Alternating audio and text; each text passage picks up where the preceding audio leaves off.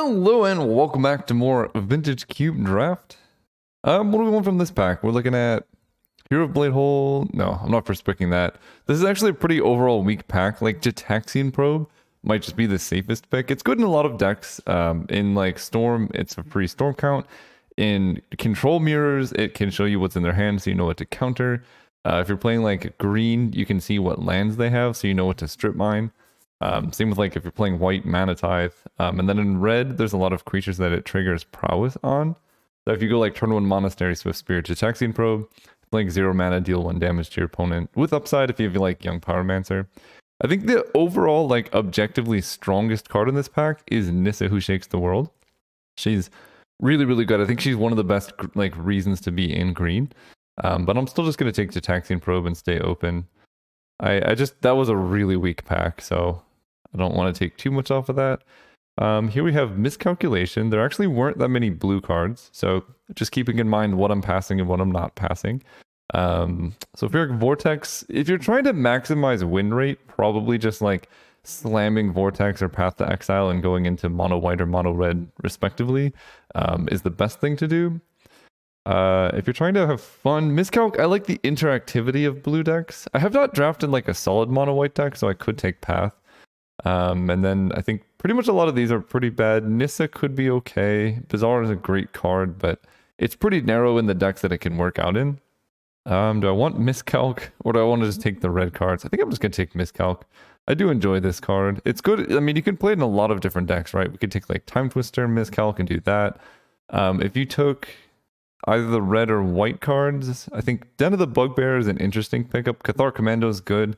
You could take like Hangerback Walker or Scrap Heap Scrounger. We could Birthing Pot it up, but I love Time Twister. We could even wheel a Manamorphose.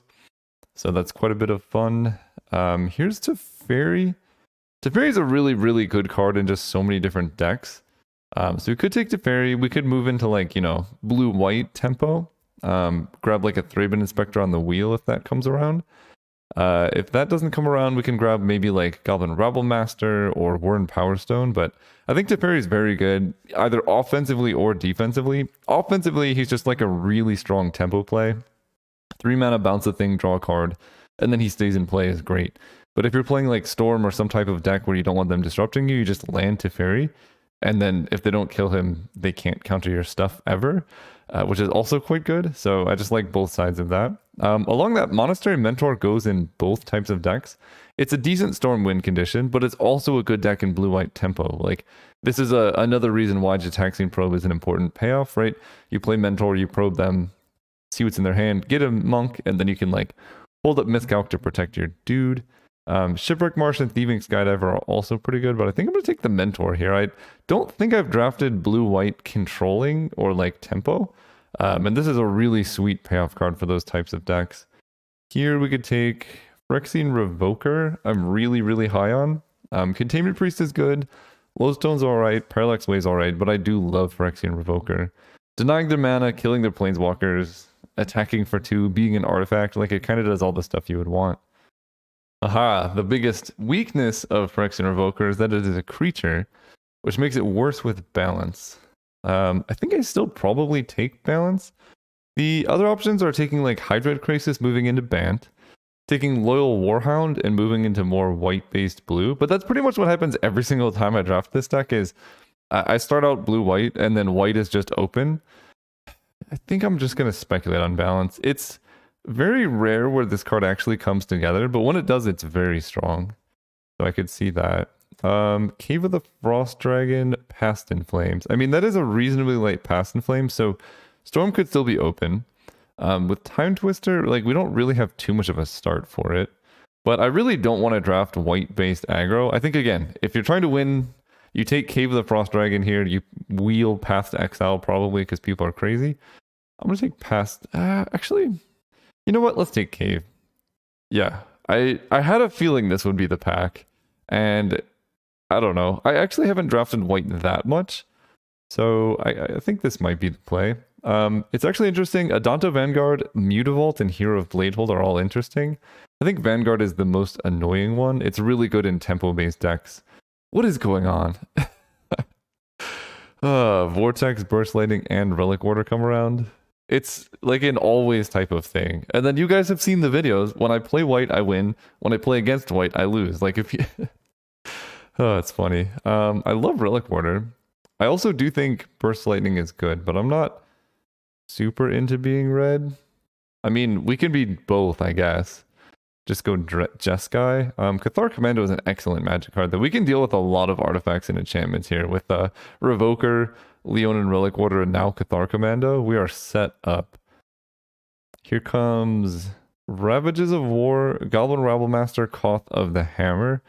If I get some more or any power, Ravages gets much better. So I guess I'll just take it. It also lets me stay just white. I'm not a big fan of Light Up the Stage. I think Bitter Blossom's alright. Direfleet Daredevil. Wow, red is like unbelievably open. Also, I can't wait for them to take Magus of the Order out of the cube. I've never seen that card played. Skyclave Apparition is great. Arid Mesa can help us go red-white, so that's interesting. Spellseeker doesn't do a whole lot for us. Wall of Omens doesn't do a whole lot. And Apparition, we could try and wheel. It is an excellent magic card, and someone did take the 3-bit Inspector, so there is someone who's at least like thinking about going white, and this is one of the reasons to do it.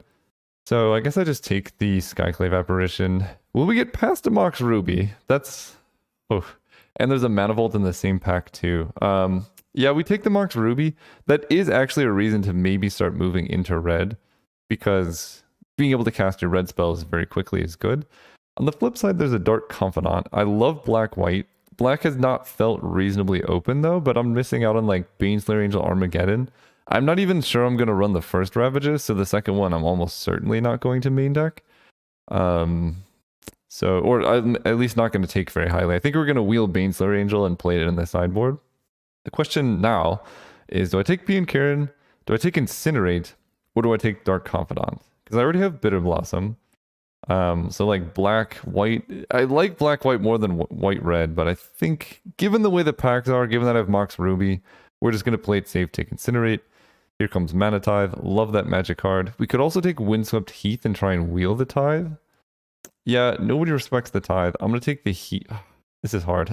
I really want this card in my deck, but I also, if I'm going red-white, Windswept Heath makes any red-white duel just much better. I don't think I can pass this card though. I legitimately think this card probably has a higher win rate than Counterspell, probably than Mana Drain, like across the board. And people think that's a meme, but the problem with like Counterspell Mana Drain, you need 2 mana up, and in Vintage Cube you just want to be proactive. So having 2 mana up for like one turn, you play it, you counter it, that's great, especially if you do it on turn 2. But let's say you Counterspell a 2-drop on turn 2. You spent 2 mana, they spent 2 mana, so you're at parity. If on turn 2 you hold up counter magic, turn 3 you hold up counter magic, turn 4 you counter a 4-drop, you've actually spent 6 mana to counter something that costs 4. So you're actually somewhat behind on tempo. The benefit of Mana Tithe is that it only costs 1 mana, and a lot of times you are going to have 1 mana like left over whenever you're doing stuff. Ooh, Giver of Runes versus Figure. I'm actually more of a fan of Figure of Destiny, I think. I think I like being more proactive. But anyway, like you're going to have mana left over from time to time. So you can just like incidentally have Mana Tithe up without risking too much, because 2 mana is so much more than 1.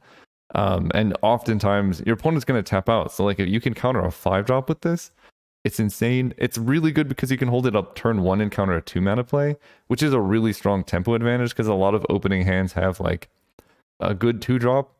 And then not a whole lot else. So you counter their good 2-drop, and then you've stalled them out. And especially if you're an aggressive deck, and that's the main appeal of being in white as opposed to being in like blue or whatever, you're pressuring them. So gaining a mana advantage like that is so much more important because the game is shorter, right? If you're ahead like 2 mana in a game that lasts 3 turns, that's like 30% of all the mana, because you only have like 6 mana in total. If you're ahead 2 mana in a game that lasts 10 turns, it at the end of the day doesn't really matter that much. Urza Saga is great. We have Mox Ruby, we have Phyrexian Revoker. It's just a good failsafe, and then we can wheel this Spectral Procession. I'm leaning more towards mono white here. Here we could take Recruiter, not taking Boral Signet or anything. Ooh, Mishra's Factory is good. Intrepid Adversary is good too, but we're trying to go mono white, and the appeal of going mono white is the lands. We haven't seen Strip Miner Wasteland, but we do have now Mishra's Factory, Urza Saga, Cave of the Frost Dragon. So it's pretty hard to flood out actually when you're just, you know, you get up to 5 mana, you can attack with this, or I guess this takes 6. A bit worse, but still, you know, you get up to 6 lands, you start having a 3/4 flyer. You get 2 lands, you can attack with this 2/2 that blocks as a 3/3. Okay. Wall of Omens, Ancestral Vision, Thundermaw Hellkite. I think those are the options. Wall of Omens is pretty weird in this deck. I guess we can bounce something with Teferi. I don't think I'm taking Ancestral Vision, so I guess we'll take the Thundermaw just in case. I do like Archangel Avacyn. This card has a lot of sweet combos. There's a lot of like the 0 cost X or the X cost like artifact creatures. You can play them for 0. Flip Avacyn right away. I don't think I'm going green, and Siege Gang is just worse than Avacyn and in a different color. So I don't think I'm playing black. If I can avoid it, I would like to not play red, but it's not the end of the world. And blue just dried up really quickly. I might splash this Teferi because I think Teferi is excellent, and maybe Miscalc because you can cycle it for mana or for cards, but I don't know. Definitely not playing Time Twister though. Unless I get more power. If I get more power, then maybe. It hurts me to see Dark Confidant going so late, but I'll take Baneslayer. This card's legitimately good in some matchups. Like if you're white and you're playing against green, you bring this in, it's good against red, and sometimes it's good against the black decks too. Actually, it's okay against Reanimator sometimes because a lot of the reanimated targets happen to be demons or dragons. But yeah, it's not that great against black. Mostly the mirror match, red and green. All right, so Windswept Heath did not come around. We get Kythian. That's fine. And I think the Mana Tithe was just the pickup there. Because now I got to get Mana Tithe and Kythian, and we get Honor of the Pure. Spectral Procession might be in the next pack. If we get Spectral Procession Honor of the Pure, I'm going to be pretty happy. Although we do have quite a few quote-unquote colorless sources. Like Mox Ruby is essentially colorless, although it can cast Figure of Destiny, which is nice. Okay, we did not get Spectral Procession, but we can take Magda, I guess. Fauna Shaman. Okay, so someone took the Procession. So I think there is someone who's in like white control. Probably the person who got like Path to Exile and stuff. Well, I guess we're playing blue. Fractured Identity is a messed up magic card. Definitely worth splashing. We'll find the mana for it. Like there's a Marshflats here, but this card, it's pretty much like one of the strongest cards in the cube right now. So we also have Teferi too, so like playing both of these is good. We can play Miscalc, so we'll find blue mana for it somewhere. Unless we get like just unloaded with like white cards, but we're missing out on like Path to Exile. Like we don't have any removal actually, and balance is pretty weird. This deck is not coming together as nicely as I would have hoped. It turns out red was the color we were supposed to move into, but that's okay. We get Seachrome Coast, passing Stoneforge. About it. I'll take the Seachrome Coast. I think this deck's still going to come together. We'll probably 2-1. But yeah, we don't have Path to Exile to draw to, and I think someone's going to take our swords.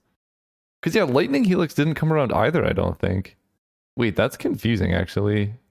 Who would take Lightning Helix? Maybe someone's drafting an Omnath deck? Okay, yeah, that's probably it. Someone's drafting like 5 color and they're just taking the good cards. So maybe white is open. It's just someone's picking the best cards out of all of the colors. Ooh, oh wow. I think because of all the stuff I just discussed, I think both of these cards are great. First of all, I don't have really any removal, so I think I'm going to take swords. But the other flip side is I think someone is taking like Omnath, so they're just like playing 5 colors. Swords is like the best removal spell you can ask for in the cube. So we take that. I don't think that deck would really want Mother of Runes. Like we're probably the only deck who wants this card. So this one has a higher chance of coming around than swords. And they're both similar in power level for our deck, so we take the one we're less likely to get. Ooh. Okay. Library is excellent. We do have quite a few colorless cards, and we're trying to go 2 colors now, so I don't know if I can fit Library in the deck.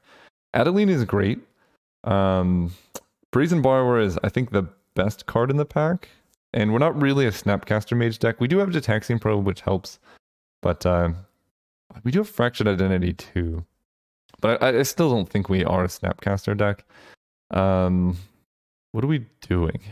I don't think I can afford to take library. It is excellent, but that's so many colorless mana sources that it like would cost me. I think because I'm just trying to make blue work, I take Brazen Borrower here and then try and wheel Adeline. Brazen Borrower is the strongest card here. Vryn Wingmare, Elspeth. I think we take Elspeth. My curve is a bit weird with 4s, and the Wingmare frequently comes around to 2. Selfless Spirit, Lingering Souls, unexpectedly absent.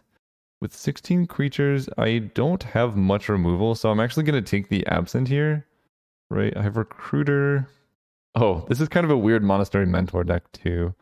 Yeah, I think I take the absent over the Spirit. Again, someone's more likely to pick this up, and you need a certain level of interaction so that, you know, you can keep attacking with your like Kithians and Adanto Vanguards. It is awkward to cast with Mishra's Factory, Urza Saga, Mox Ruby. Here comes Usher of the Fallen. I like that card. Questing Beast is also one of the best green cards. This card's just ridiculous. It's got so much text on it.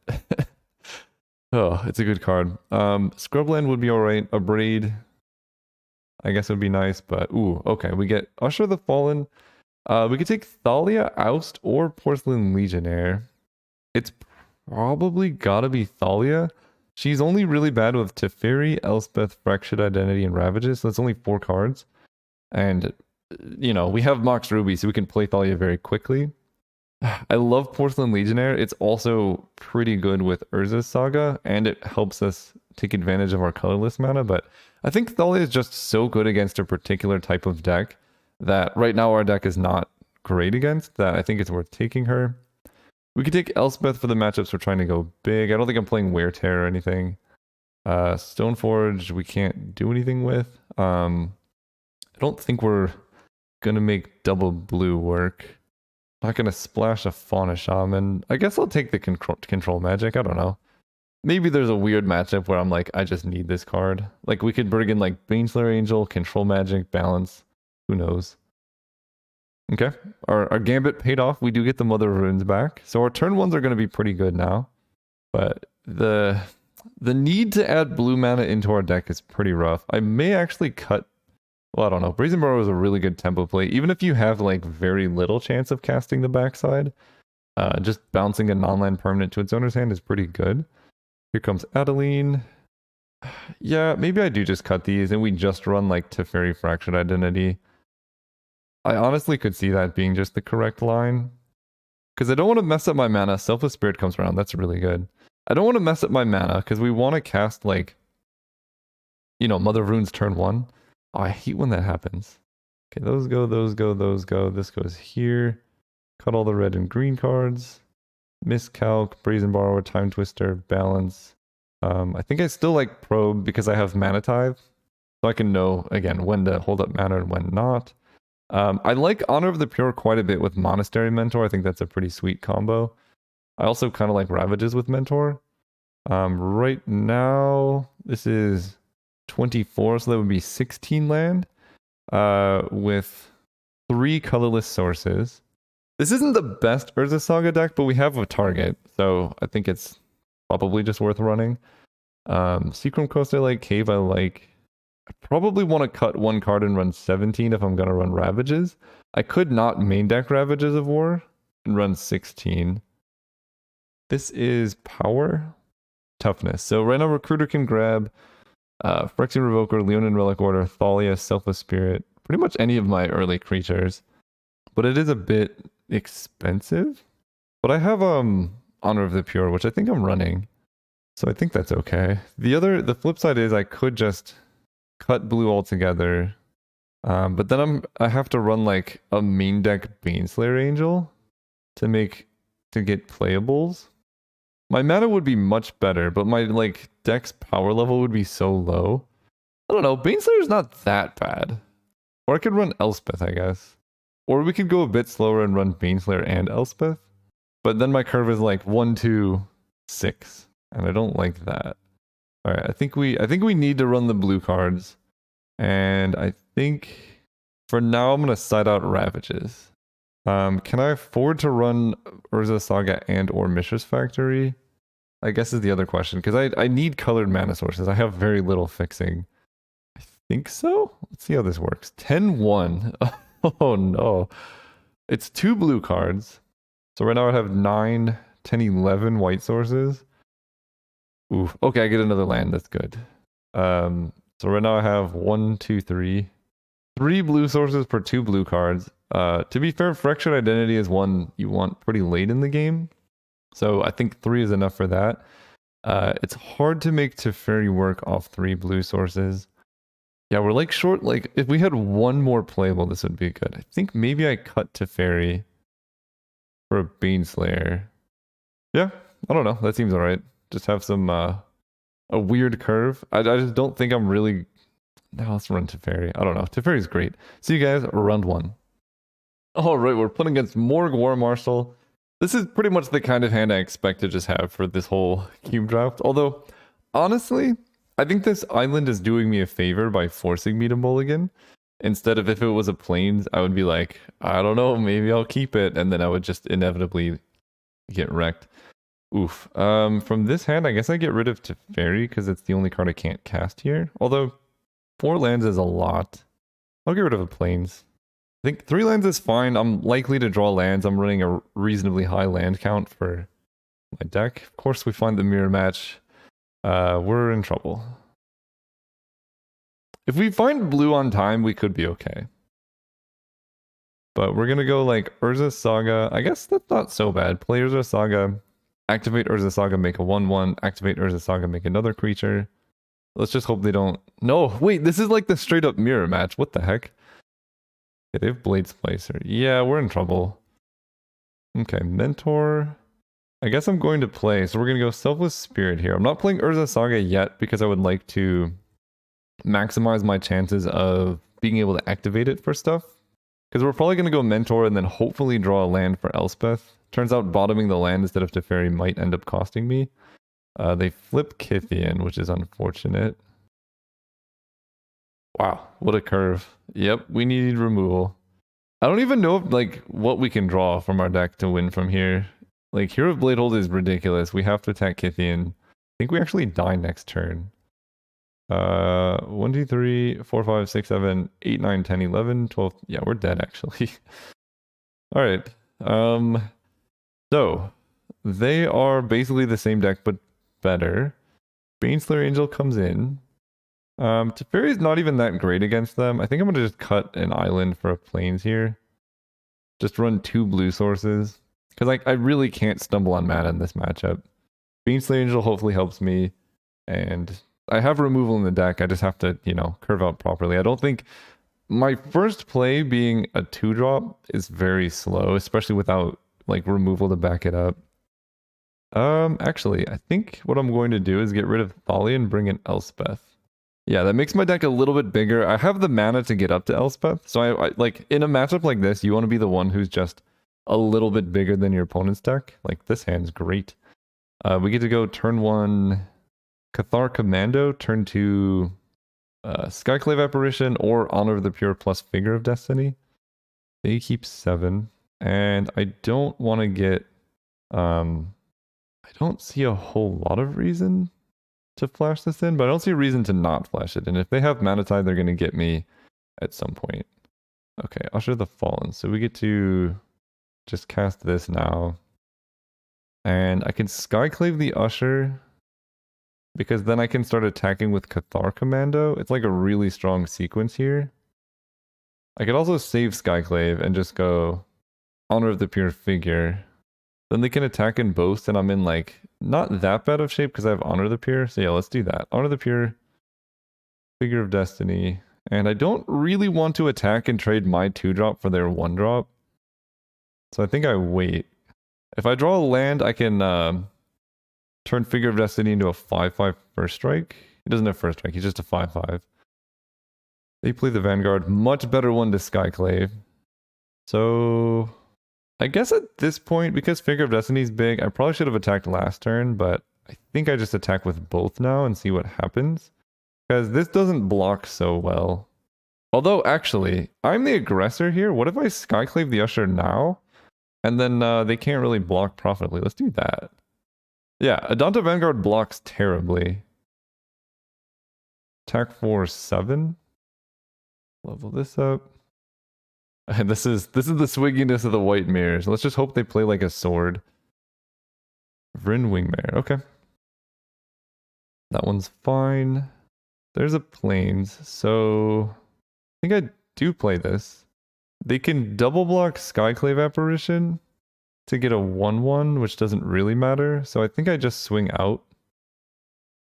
Figure of Destiny can become way too big. So they can't really stop that.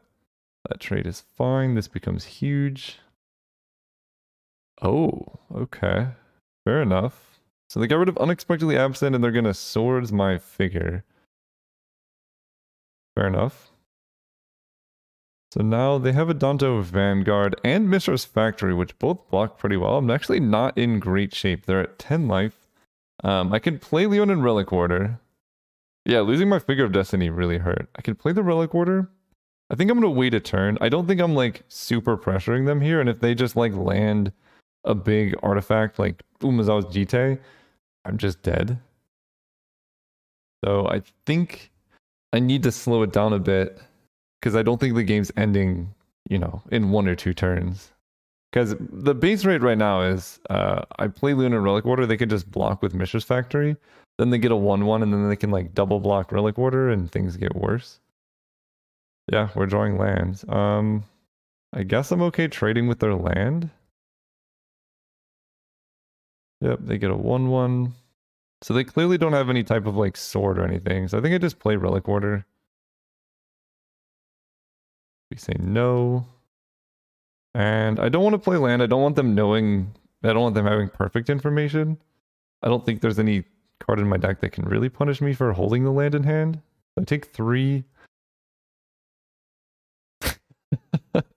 That's always how it works, isn't it? That's also always how it works. If they mana tithe me, I'm going to scream. Okay. I was going to say, it would have to be the last card in their hand. So I think we're doing okay now. No attacks because they have a first striker. They have Blade Splicer. Wow, okay. I'm just going to hold Leon and Relic Order in my hand for longer next time. To go uptick. Still no attacks. They have a lot of first strikers. I don't want them having perfect information, so we hold the land. You know, if they like... The reason for doing this is if they have a kill that's like very risky, but they happen to like see that the board is cleared. Ooh, okay. Relic Order, you're staying in. Wow. They really played around him. It doesn't matter so much because we're just going to ultimate Elspeth. And probe. Paying the life because I could draw Fractured Identity. Urza Saga is also good. Uptick Elspeth. Next turn they die, so they're going to swing out. Okay, and I think, yeah, my deck is just a little bit bigger than theirs. So all of my artifact and enchantment removal is good. Now I know what I'm looking for. So we're keeping Relic Order in hand. I don't think Dahlia is good against them. Balance is actually interesting. Because, like, basically what ended up happening that game is I traded off all of my creatures, and then Balance would have just wiped the board. It's pretty risky, though, especially on the draw, because I basically need to have, like, Mox Ruby for that to work. So I think I don't run it. This hand's good. Keep this. They have some 4s and 5s I want to counter. Please don't have a Mox. They have Mox Pearl and Mox Ruby? Oh, no. Ah, boy. Well, at least I can deal with Jite. We get to go... Wow, we have a lot of artifacts, actually. We get to go Mox Ruby. And I want to play a Plains here so that I can Skyclave the Jite, because that's highly problematic. Let's play Figure of Destiny. We can hold up Mana Tithe and then level up Figure at end of turn if we need to. Intrepid Adversary. I think I'm just going to counter that. Got to use Mana Tithe when you can. If they miss a land drop, do I clave the Mox Pearl? This is kind of like the decision of the game. They missed a land drop. I can Skyclave the Jite or I can kill their mana. If they miss another land drop, I think I'm just good to go. I don't know which one I want to do. I think actually because they have Jite, we're going to attack their mana. I do have other outs to Jite, so we're going to go for the Temple play now. Attack their mana. If they miss a land drop, we're just kind of winning. They didn't have a land last turn. Yes, okay. The Gambit paid off. We draw Plains. So What am I doing? I think we're gonna go Urza's Saga. Do this. Play Adeline. Move to combat. Okay, they don't have a removal spell. Let's level this up. That's how you do it, I guess. Because now even if they have a creature, you know, they can't equip GT right away. Nice. Round 1 down. See you guys round 2. Also, I think as much as it pains me, I don't think I can afford this blue. So we're just going to run Elspeth instead of Teferi. She's great. She gives us something to draw to. Our deck is not that fast. So I think we're just going to run that. See you guys next round. Hello! Before we get to the rest of the draft, it's Art Caleb here to show you some cool stuff that I've made. So the first piece that I'm excited about is Giraffa Camelopardalis or whatever. I don't know how to say that, but the inspiration for this piece is, this is the Latin name for a giraffe. And the source material for this was a scientific publication from like the 1800s of someone who was like writing stuff about animals. And the figure title was that. And I liked it so much, so I turned it into an art piece. It's very big, it's about 3 feet tall. And you can see it's just very intricately detailed with this cool watercolor style. The paper is very thick. It's 250 grams per square meter, which is about like a wedding invite thickness. So it's a nice, it's a nice thick paper, highly detailed. And a couple people have already bought it and they seem to like it. So that's one. The stained glass lion I really enjoy. This is a cool look. This one's smaller, but it does come framed. Yeah, I like this one a lot. And then Bird City is another one. This one's huge, 30 inches by 40 inches. So slightly larger than 3 feet on the vertical, and it's also very intricately detailed. You can see all this stuff, but if you look closely, you can see there's kind of like a bird's head. He's holding like a staff, and there's other birds around him. That's a cool piece.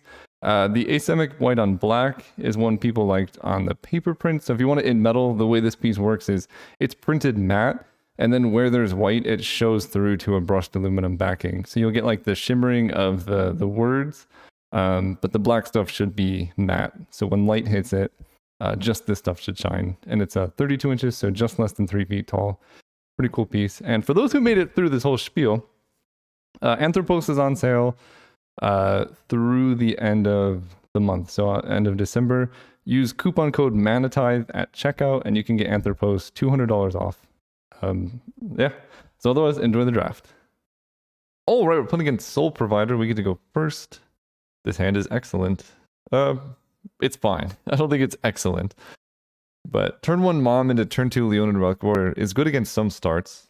And then 1 extra mana source. We have Elspeth back with like Urza Saga stuff. So we have things to do if we draw lands. And we have mana if we draw spells. So it's a pretty good hand. Opponent keeps 7. Alright, turn 1 Mom. Do you have an answer? The answer is no. So I guess they did have an answer. Do I want a Relic Warder? No. I could just Relic Warder next turn, and hitting a Signet, like turn 2 is really when you'll find out whether or not your opponent has Signets and stuff. Given that they're red-green, I don't think they have Signets, but you never know. Okay. I don't actually know what's going on anymore. Another land, so they didn't do anything turn 2. I think we're gonna like Elspeth turn 3. Although if they're just... This is tough to know. The thing with Urza Saga is sequencing it is interesting, right? I could play it this turn, and the next turn I can activate it to make a creature, and then activate it the following turn, and basically like double time walk myself, but I'll get 2 3/3s that's uncounterable. Otherwise I can go for Elspeth. Feel like... I'm going to cast a Relic Warder and see what happens here. Okay, they remand. That's actually good information. So now I'm going to play Urza's Saga. Because I want the opportunity. If they don't do anything, I want to make a Saga token. If they tap out... Oh my gosh. Alright, I didn't think that was happening. Kill my land, yep. That was the worst of all of the possible situations where I get a tempo hit and I don't get to make things. And I think I'm just playing against an Omnath deck, so maybe I shouldn't expect too much counter magic. Ugh, and then they play the Sig. This is unfortunate. And Grandmaster. So they probably have some type of time walk stuff is my guess, but I don't know for sure. Let's just get down Elspeth. Create a soldier, because they need like, I guess if they have like extra lands, they could in theory Soulfire Grandmaster Time Walk me, but I'm not going to play around that until I see it. And even then, like, the way to play around it is just hold up Unexpectedly Absent, and that's not a winning line from this board. I need to put something in play that pressures them. They play Courser, and the top card is a Lightning Helix. This might be the person who took the Lightning Helix. This is the type of... Oh my gosh, okay. This is the type of deck I was talking about where, like, this might be the person who took Swords to Plowshares. They have more? They have their own Elspeth? Alright, well, they weren't in our draft, at least. But, are we gonna lose our Elspeth? Yeah, we are. That's very unfortunate. This game went about as poorly as it could have. We still have a chance, though. We have Archangel Avacyn, who does good things if I draw an untapped land. I don't. And this is also why we run Fractured Identity. So, what are we doing here? They're drawing Lightning Helix. I'm playing Seachrome Coast because Fractured Identity is better than Cave right now. I have to absent something. I guess it's just the Elspeth. Put it 2 beneath the top. Then they just kill us with Lightning Helix. Sure. Last turn. So we know what we're drawing. Hopefully it's not a land on top. It's Hexdrinker. A famously unfun Magic card. I don't like this card. It's a sweet card. I love the design. Like, it's drawn really cool. It's just not fun in Cube, where, like, some decks just don't have answers to it. Wow, they also have Teferi. I think we need Fractured Identity basically this turn, otherwise we're just dead. Okay, well I can... Oh, they have a Lightning Helix as well, but I don't want to redraw Mom, so let's give her protection from white. Well, that actually is interesting. So, if I had played Cave and I drew an untapped land, I could attack and kill Teferi. But I'm just going to die to this Hexdrinker now. Oh. Oh. What do I name? This is actually pretty tough. So I can Phyrexian Revoker naming Hexdrinker, but then for a turn they uptick Teferi and draw Elspeth. They're at 31 life, so I'm not going to be able to race them. So Hexdrinker is a problem. I think I legitimately just have to name Hexdrinker. How much can they add mana for? 1, 2, 3, 4, 5, 6. So they can make it a 4/4 protection from instants. Alright. I think we have to go Cave of the Frost Dragon. Let them Teferi for a turn, because Archangel Avacyn can kill Teferi. And then we can Phyrexian Revoker the Hexdrinker, like, next turn. Because I need this in play to pressure their Planeswalkers. They draw Elspeth. Elite Spellbinder is actually not good, so that's good for me. And they're probably going to play Elspeth into Hexdrinker, so they may not even level up Hexdrinker. They give that flying, yeah, just a lot of life. This is the best I've ever seen a non-infinite Soulfire Grandmaster. Alright, so we can block with this for free. Block here. They've already activated Teferi, so we can kill Teferi. I think unless we draw something else. Well, let's see. They play Hexdrinker, leveled up twice. This is tough. I think if I draw an untapped land, I can kill both Planeswalkers. Oh, hey man, Caleb, huge fan, huger. You can be a huger fan if you want to. I always forget that, like, you guys don't get all the context because of editing. So yeah, opponent said, hey Caleb, good luck, have fun, huge fan. Which I can tell because they're playing 5-color stuff. I think I legitimately have to name Hexdrinker with Phyrexian Revoker. Oh, this is so frustrating. That Elite Spellbinder is actually going to get me. So yeah, I think I have to stop this. Otherwise I just die to it very quickly. Well, let me see. I can play Elspeth this turn. She makes a bunch of 1/1s. They can level up Hexdrinker 1, 2, 3, 4, 5, 6, 7. So they can make Hexdrinker into a 6/6 and just kill Elspeth next turn. So yeah, we have to do this. We know their hand, so we just get to Phyrexian Revoker, naming Hexdrinker. Then we get to attack, kill Teferi, stop their card draw. Next turn we can attack Elspeth with Cave plus Archangel Avacyn. They do have Elite Spellbinder, but that would have to chump block. They're also at 36 life, so maybe I will get up to mana to cast Elspeth, who knows. That was a bad draw for turn. That was like the only card that Spellbinder really punishes me for having. So here's the top of the library. There's my there's my exiled cards. Oh my. Opponent just saw the Elspeth. The thing is, they have Tireless Tracker Courser going on, so I'm in deep trouble after this. They also have Soulfire Grandmaster, so any spells they draw, they can double. Or just go infinite, right? Not even double? Yeah, just go infinite. Like, if they didn't Lightning Helix right away, they could just keep Soulfire Grandmastering me. And I'm also taking 5 lifelink flying. Oh. Well then. What do I do now? Part of me wants to Fractured Identity the Hex Drinker. I don't think that's a good idea. They're drawing Tireless Tracker, but they would need to hit a land on top to do stuff. I guess I take the Elspeth. This is hard. I could take the Elspeth. I can kill the Elspeth. I guess I can't kill the Elspeth. So let's take the Elspeth. I'm not sure what's correct.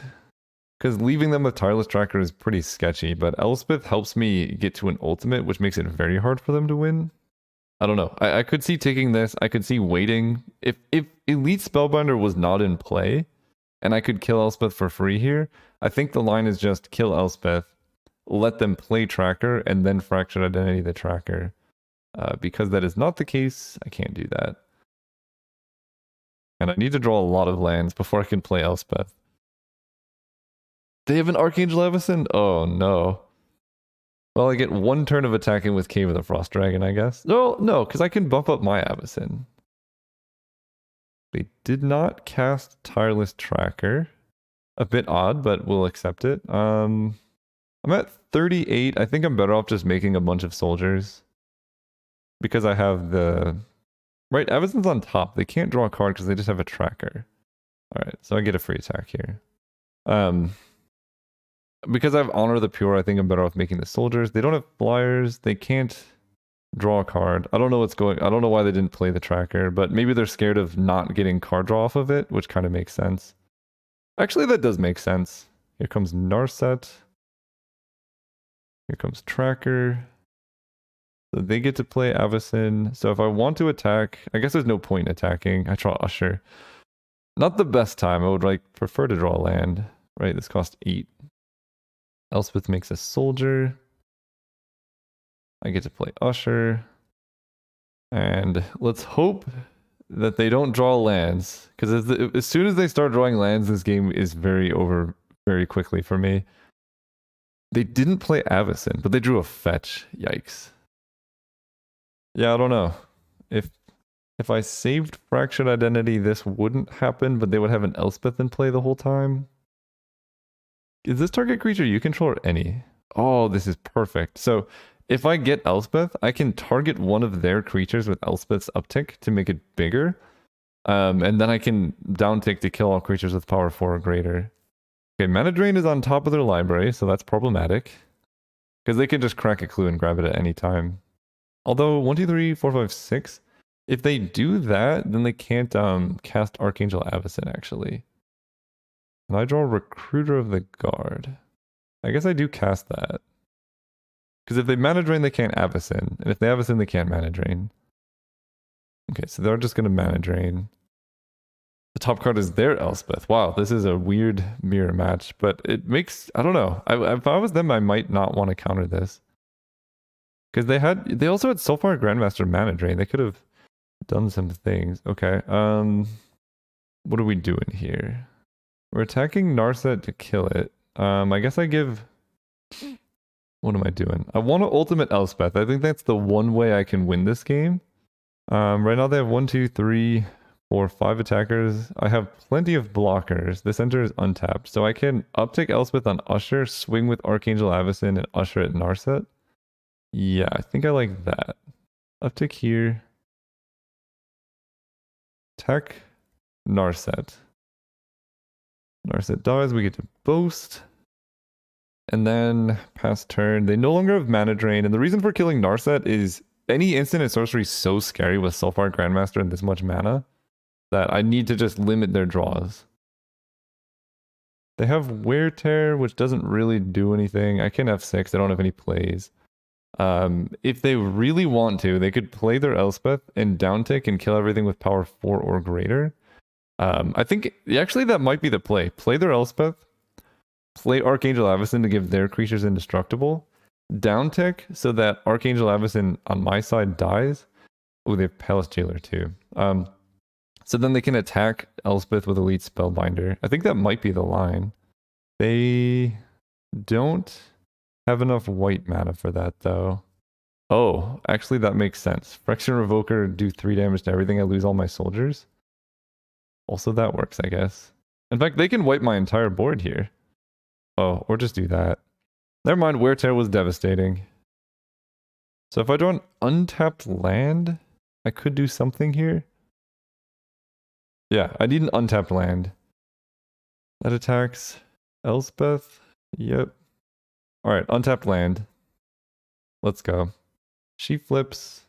All of my creatures die. All of their creatures die. Untapped land. Swords. Ah, that's frustrating. Just need Elspeth. Let's uptick this one, make a soldier. They have Palace Jailer and an Elspeth of their own. So they're just gonna Palace Jailer my Avacyn. Do I Swords the Tireless Tracker? Because the only way I win basically is... Definitely move to draw step. I can Swords the Tracker so they don't get more cards. Oh, I can Swords the Courser actually. And then just hope to draw land so I can resolve Elspeth and kill all of their stuff.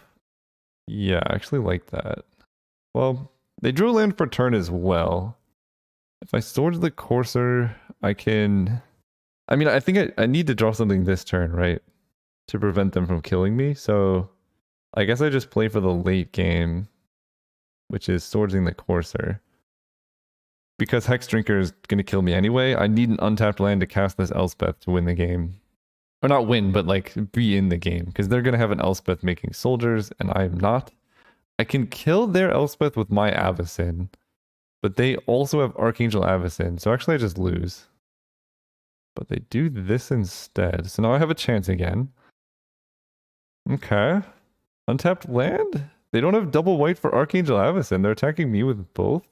They played Lightning Helix. Do I chump?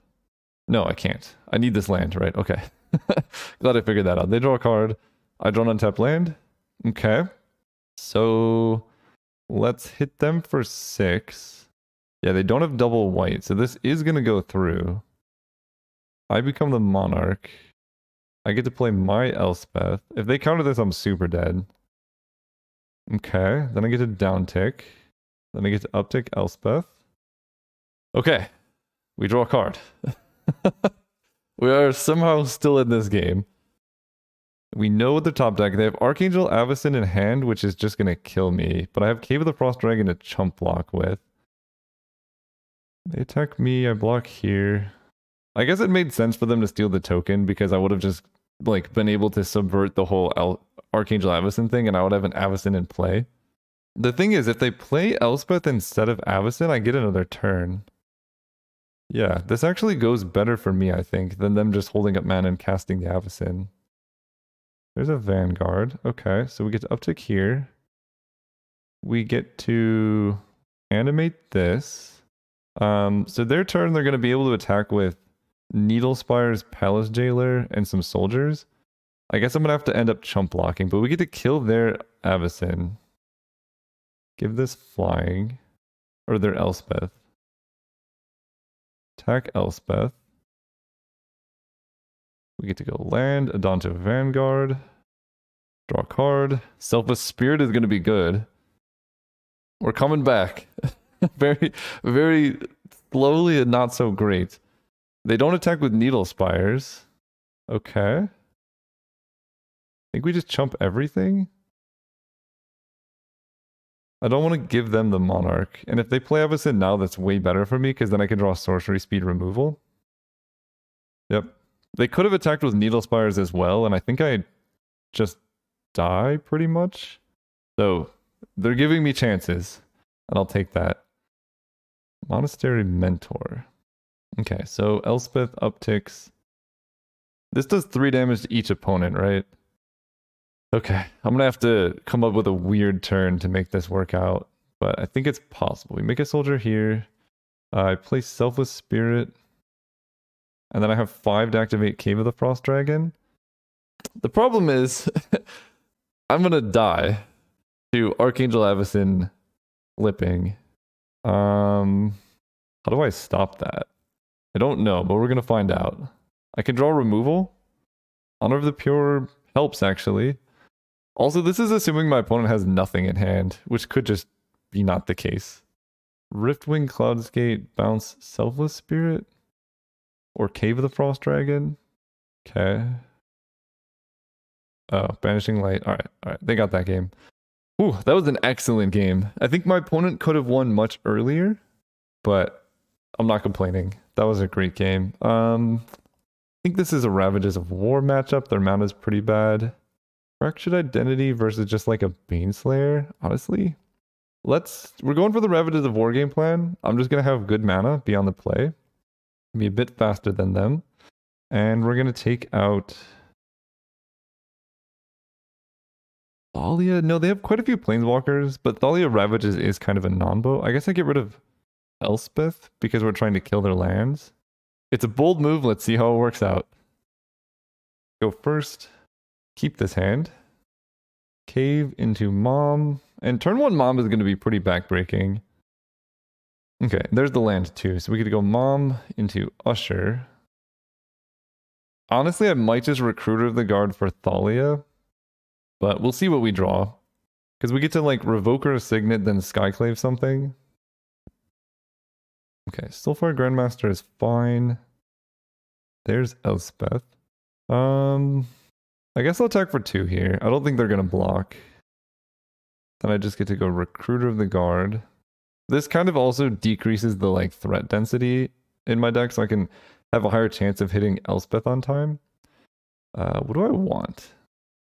Selfless Spirit is pretty good. Adanto Vanguard is fairly strong in this type of situation. Thalia can destroy them, but can also destroy me. Right, because they have like Tireless Tracker and stuff. Thalia's not that good against. And then Leonin Relic Warder can beat like a Mox or a Signet, but they don't have that many of those. This costs 6 mana to become an 8/8 flying. And Kithian can become a 4/4. I need to win quickly, so I can't take too much time here. I think I'm going to take Figure. And do I go for the double block activate Mom? I don't think so. That's really bold. If they didn't have Lightning Helix, I could really get them, but that's pretty bad. So we get to go Mishra's Factory, move to combat. Because they have mana drain and remand potential. So I don't want to just like run into that. Go Figure of Destiny. And then I guess just Boast. Then I can level up Figure. I don't know, that play felt like they were trying to buy mana drain time or something. Tireless Tracker is going to get hit by Skyclave. And I think they probably have Lightning Helix in their hand too. So let's make this bigger. Although, do I need to Skyclave the Tireless Tracker? It draws them cards, but it's kind of slow actually in the grand scheme of things. Right, they're taking like quite a big chunk of damage this turn. Although if I Skyclave the Tireless Tracker, they just can't really do anything. I'm thinking about this. I think Elspeth is more important. Elspeth comes down, is going to give Recruiter of the Guard flying. We can attack them with Usher, Recruiter of the Guard Figure. They take a bunch and fall to 8. I have Mother Runes plus the Human Warrior token.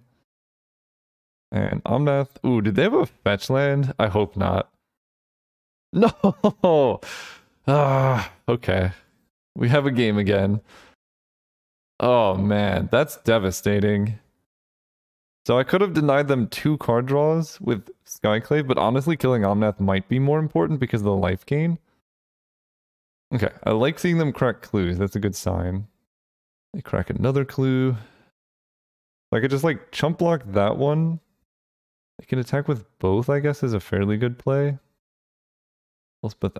So they swing with both. I block here and here and give this pro white. That way they don't gain life. And I think they might actually die.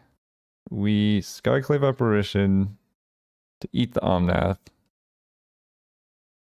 They take 1, 2, 3, 4, 5, 6 7, 8, 9, 10, 11. Yeah. Let me do the math again. 1, 2, 3, 4, 5, 6, 7, 8, 9, 10, 11. You gain flying. Okay. Game 3. On the draw, they have like Omnath and stuff. I think again, my best bet is Ravages of War, be consistent, and be fast. Alright, I mean this is the hand, this is the game plan. Adanto, Vanguard, Thalia, Urza Saga stuff. I need to draw planes for this to go really well. And I need them to draw poorly. I actually thought about cutting Urza Saga because it is kind of a liability, but they mulligan to 5. They've... Oh, come on. Alright, I need a white source. Okay. Ask and you shall receive. So they can level it up and then level it up, and I guess I have to unexpectedly absent. That's the game plan. This is such a, like... I'm not blaming the opponent. The opponent's playing cards in their deck, and that's fine.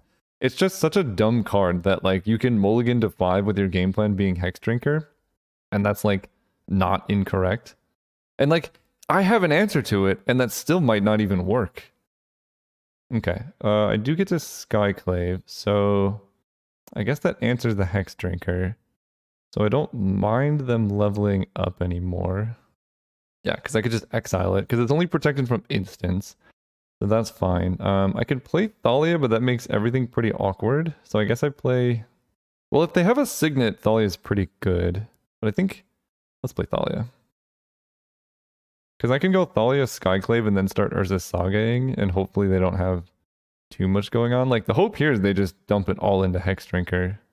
They suspend Riftwing. Okay. Take 4. We draw another land. Okay, so I get to Skyclave the Hex Drinker. Do I want to Saga next turn? No. Skyclave this. Attack them for 2. We got to keep in mind this Riftwing Cloud Escape. These games have been great. So we want to set up for Urza Saga, Danta Vanguard things. Oh, that's devastating. That Spellbinder's been good every time. Oh, we draw Elspeth. I can't actually cast her because of my own thing, but that's okay. We get to go Urza Saga, Adanto Vanguard. Attack for 2. Actually attack with both. I don't mind giving them a 1-1. Okay, they make that trade. And I didn't see a lot of cards that would make me want to Leon and Relic Order, so let's just play that now so I could just spend my mana casting Urza Saga. I'm gonna say no. So they're missing land drops. I want to aggressively, unexpectedly absent, I think. Depending on what they're doing. Okay, they keep getting me with Wear Tear type effects. That's not the end of the world, though. Because they're taking a whole bunch of damage. Yeah, Urza Saga against them has just died every time. But it means they're running Wear Tear in their deck, which doesn't, like, that's the only target, I guess? I don't know, maybe I'm supposed to side that out for planes. I draw a land, which is good. We play that. We can swing out. They take a lot. 1, 2, 3, 4, 5, 6, 7. Do I want to absent the token? I don't think so. They can like block and do 4 damage to me, but... And then Riftwing Cloudscape comes down. Depending on what they target, I could just put it right back on top of their library. I guess I'll put a stop in my upkeep as well. Okay, so they're bouncing Thalia. I think I want them to draw Riftwing Cloudscape for turn. They missed land drops. So we're actually forcing them to draw this. Oh, I guess I have to pay 1 more. X is currently 0, yeah. And this allows me to resolve Elspeth. The white Time Walk. I mean, that literally was Time Walk. Now we get to go Elspeth. I think that's lethal. 1, 2, 3, 4, 5, 6, 7, 8. Yeah. Ooh. Some incredible games. I mean, they could have mana tithe, I guess. Well, GG's, keep the bits coming, man. Thank you. These were some really excellent games. All right, we're going to give this flying. Play on Condemn. Wow, we're in the finals. I'm happy with how I played. My opponent's deck was sweet. They played pretty good too. For advice for the opponent, I think there were some plays. I think I pointed them out where you could have just done a little bit differently. But overall, I mean, we had a great match, so it's hard to complain too much. We're in the finals. See you guys there. And I think it's better just to not be greedy. Cut the blue source for Fractured Identity and just run Baneslayer Angel. I think overall I'm going to be happier just having consistent mana. See you guys in the finals. All right, we're playing against Duckio Sparrow. Tell opponent good luck, have fun. I think I forgot to say that to the other opponents, which I'm very sorry about. Yeah, sounds good. I'm on the play. I get to Gitaxian probe and see if they have an answer to Mom, which basically means they're going to top deck a lightning bolt, and I'm not gonna be able to play around it. But that's okay, you know. That's part of Magic. The unexpectedness, the variance is why the game is interesting and fun. Because if it was just like, you know, they always had lightning bolt counterspell, you always had Mom, you know, you might as well just play chess, which is a fun game, but just different. Opponent keeps 7. And let's see what's going on over there. Ooh, and Recruiter is a decent draw. They have Reanimate. Oh, come on. I'm just dead. I think I'm legitimately just dead. Yeah, they're gonna turn 1 Reanimate Gristlebrand. Although, actually, maybe I'm not dead. There's a world in which they messed this up. Because there's 2 ways they can play this hand. One is faster, which is just turn 1 Putrid Imp, reanimate, and then they get rid of Collective Brutality. The other is they can Collective Brutality this turn. Maybe I'm not supposed to play a creature? Okay. Actually, I can win now. Yeah, they go Putrid Imp, Gristlebrand, discard. What a hand. They draw 7. They go down to 5 life. And then... So their hand is now... a bunch of stuff, but I can put Gristlebrand on top of their deck. Oh, but they get to discard other reanimation targets. Yeah, I think I'm still dead. No. Them reanimating Terastodon doesn't really work. Wait a second. There is a world in which I could win this. I don't think I'm supposed to Swords the Gristlebrand because that gives them an extra draw. I think I'm supposed to unexpectedly absent the Gristlebrand. And I'll do it in their... I guess they have Putrid Imp, so it doesn't really matter. They have Putrid Imp. Oh my gosh, their draw is insane. I can Swords the Gristlebrand and play Kythian. Because them not having Gristlebrand is pretty good. I can absent the Gristlebrand, and then if they didn't draw a reanimation spell, I can kind of win. I think I like playing into that. That has the highest chance of winning. Let's just put him on top of their deck. And pass turn. If they did not draw a reanimation spell, and I get to start playing creatures, we could be in okay shape. Okay, I'm fine with that. They can end of turn, like, Shallow Grave doesn't really do anything, so I think I'm just going to play Danto Vanguard. That threatens to kill them the fastest. Because I think if they drew something good, they would have done it. So I don't think they did. Strange to do that at end of turn, but... They play Gonti. Gonti's fine. I can give protection from black with Mother of Runes. Land? No, but that's okay. You gain protection from black. Attack them. Puts them down to 2. Then we get to play Kythian. I mean, I've drawn really badly, but they're at 2 life. If they don't reanimate, we're fine. They play Valky. They see swords, but they can't do anything about it. They need a removal spell on Mom, and then even then, they need more. They hit my Skyclave! Okay, that's deeply upsetting. Goodbye, Mom. I don't think I'm supposed to Swords anything. Gains life equal to its power. Maybe I'm supposed to Swords Gonti because he can block Kythian, and I want to be able to attack with Kythian and then do something. Hitting my Skyclave is so devastating though. Because now they have like infinite time. Recruiter of the Guard. Valky can become Recruiter that doesn't do anything. I think I'm not gonna Swords. Okay, so I draw land. So we can attack with the Danto Vanguard. This is a forced chump. Kythian they can just block with Gonti. If I had Swords, they would have to double chump. And that would be much better for me. Okay, pay for life. Okay. Pack Rat is annoying, but still beatable with Elspeth off the top. They know about Elspeth as well. So what are we doing here? I mean, anytime I draw Elspeth, I just win. So I think I Swords the Pack Rat here. They gain 2, they go up to 4. They make a rat. They have to double chump this turn. If I don't draw land, I draw Mana Tithe. Yeah, they have to double chump here. I give this indestructible. I get my 1/1. They go to 1 life, so they can't attack and they're just kind of dying. Okay. If I win this game, I'm going to be so happy. But they're just going to top deck the removal spell and I'm going to scream. Okay, they discard Iona. They make another Pack Rat. I mean, I need to draw Elspeth here. We're going to block the Valky. Wait, no, this attack kills them. Okay. Right? Leave it to Reanimator to leave themselves dead on board. 1, 2, 3, 4, 5, 6, 7. Yeah, they just die. Okay, I'm fine with that one. Maybe, honestly though, I don't think it's that incorrect. It's pretty incorrect, but yeah. They do need me to basically make a misplay. I cannot believe I won that game. Let's go back to that. How did I win that game? No idea. I'm very happy with it though. Yeah, they made a turn 1 Griselbrand and lost. Okay. What am I doing? Teferi and Fractured Identity are both fairly strong in this matchup. Control Magic and Brazen Borrower and Miscalc are also pretty good. I didn't really see a whole lot of like other things.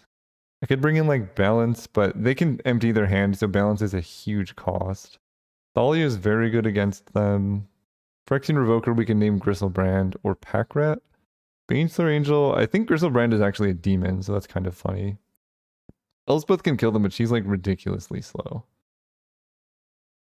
So I don't think we're Elspething. I think Urza's Saga is also too slow.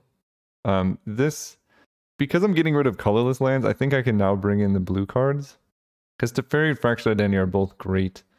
Absent is good.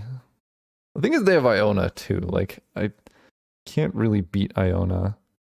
I don't think Cave of the Frost... Well, I think I'm going to cut Mishra's Factory for a blue source. And then Monastery Mentor... Or no, Recruiter of the Guard is a little bit slow. I think I run it like this now. I almost snap conceded to their hand too. Alright, I'll keep this. It has Swords to Plowshares in the opener. And Mox Ruby. They have turn 1 Library. I have turn 1 Thalia. Into Monastery Mentor? That's gotta be decent. I think I go for this. It makes my hand slower too, but it's gotta hurt them more than me. Their opening hands have been ridiculous, by the way. Like library into discard creature or whatever, like that's a lot. That is a lot. Attack for 2, we play the Mentor. I guess the reason for Mentor is I also don't have no. What are the chances of me drawing both islands, by the way? Very low. These would have been colorless lands. I cut 2 colorless lands for these. So, like, this would have still been white screwed, regardless if I'm playing a lot of white or the colorless card. So, it's okay. It's just, like, very unlucky. Ooh, and they didn't even activate Library, so they just kind of messed up the sequencing there. We draw our planes, so that's good. Do I attack with both? No. I don't think I do. I know they're... I can discard and shrink it, but... I kind of want all of these cards. Okay, they just messed up Library. They just gave myself an extra turn, basically, for free.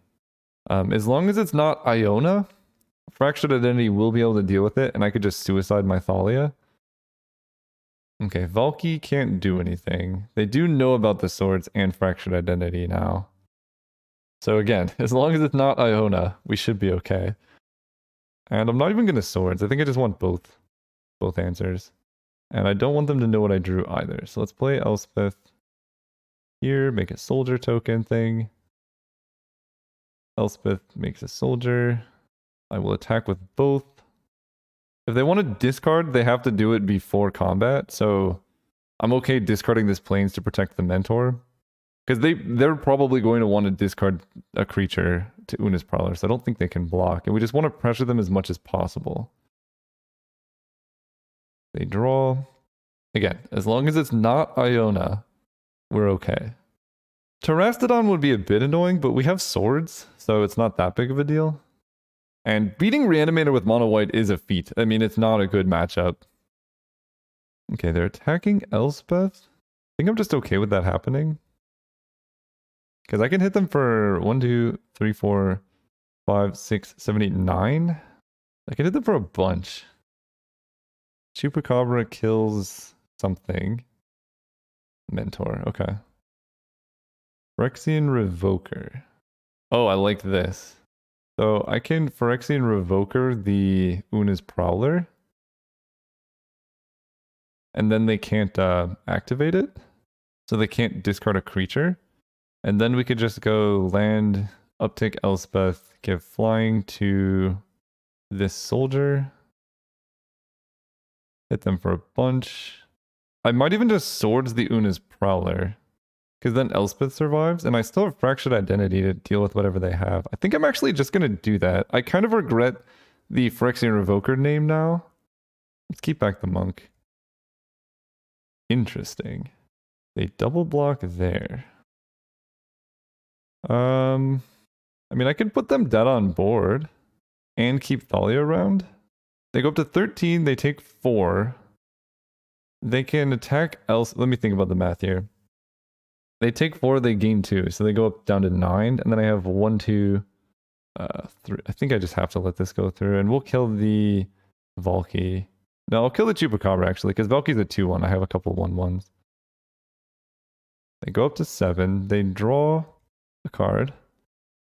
We kill this.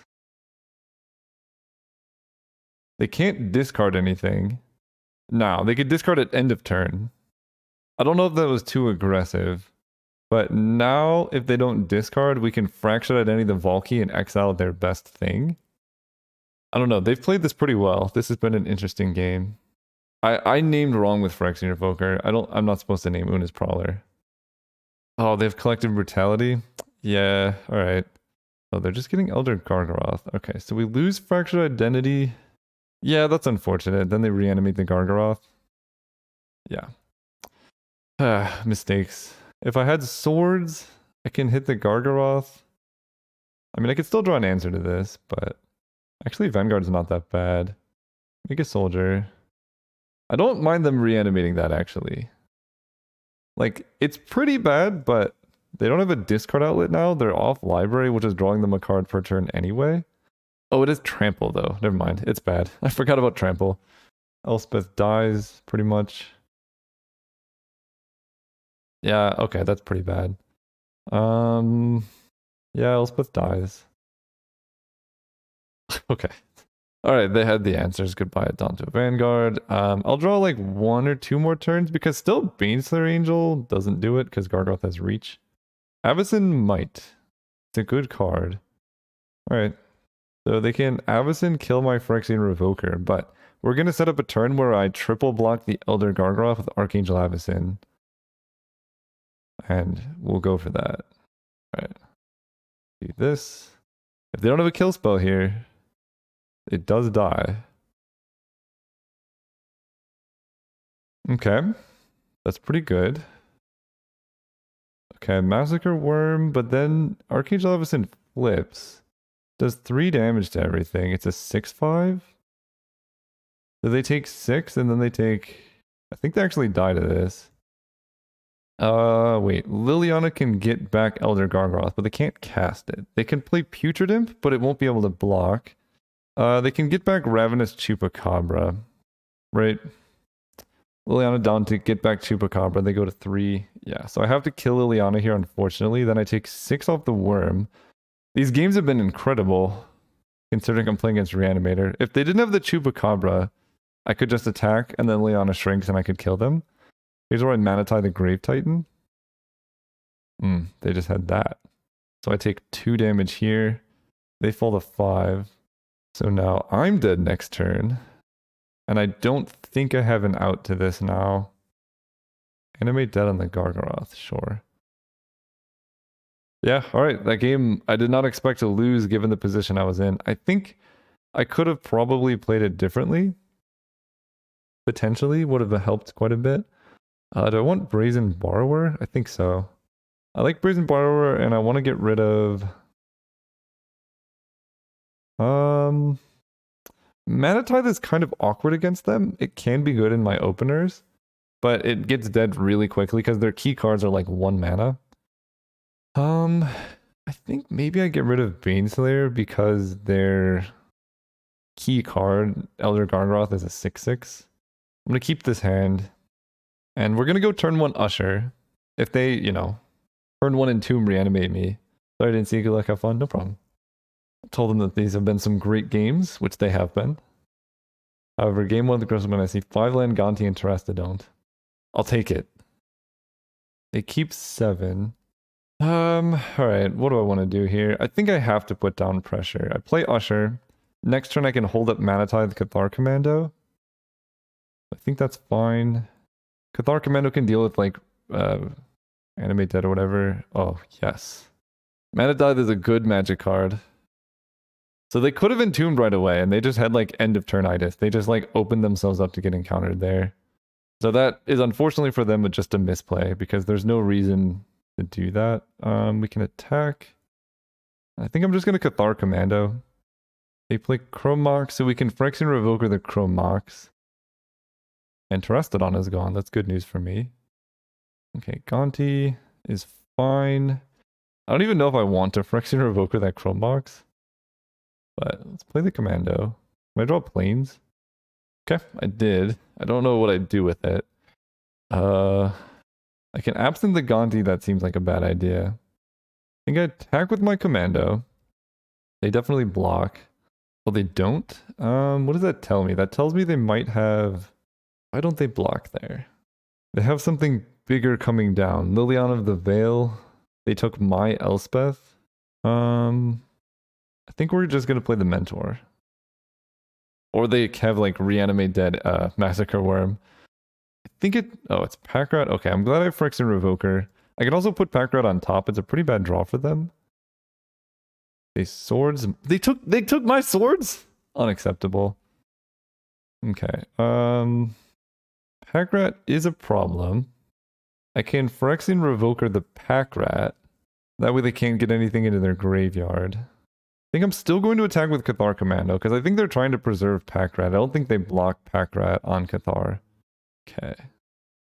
And now they're left with a 1/1. We can Revoker Packrat. Play Figure. Now we can start doing stuff. Here comes Collective Brutality, hitting my Unexpectedly Absent, reanimating Iona, and I die. Alright, well, it was a fun game. Yeah, they were just waiting until Cathar Commando died, I guess. GG's. Oh my gosh. Oh, it would have worked. Alright, well, there's no hope of beating that. I think. I don't know. Because they didn't block Cathar Commando the first time, but I guess they blocked with Cathar Commando after they drew the Anime Dead for Iona. Yeah, I don't know. That was unfortunate. Maybe if I knew their hand or something, I could have played better, but there's like a million things I needed to play around, and Iona is just a hard lock for my deck, so I conceded at that point. Thank you guys for watching, and I'll see you next time.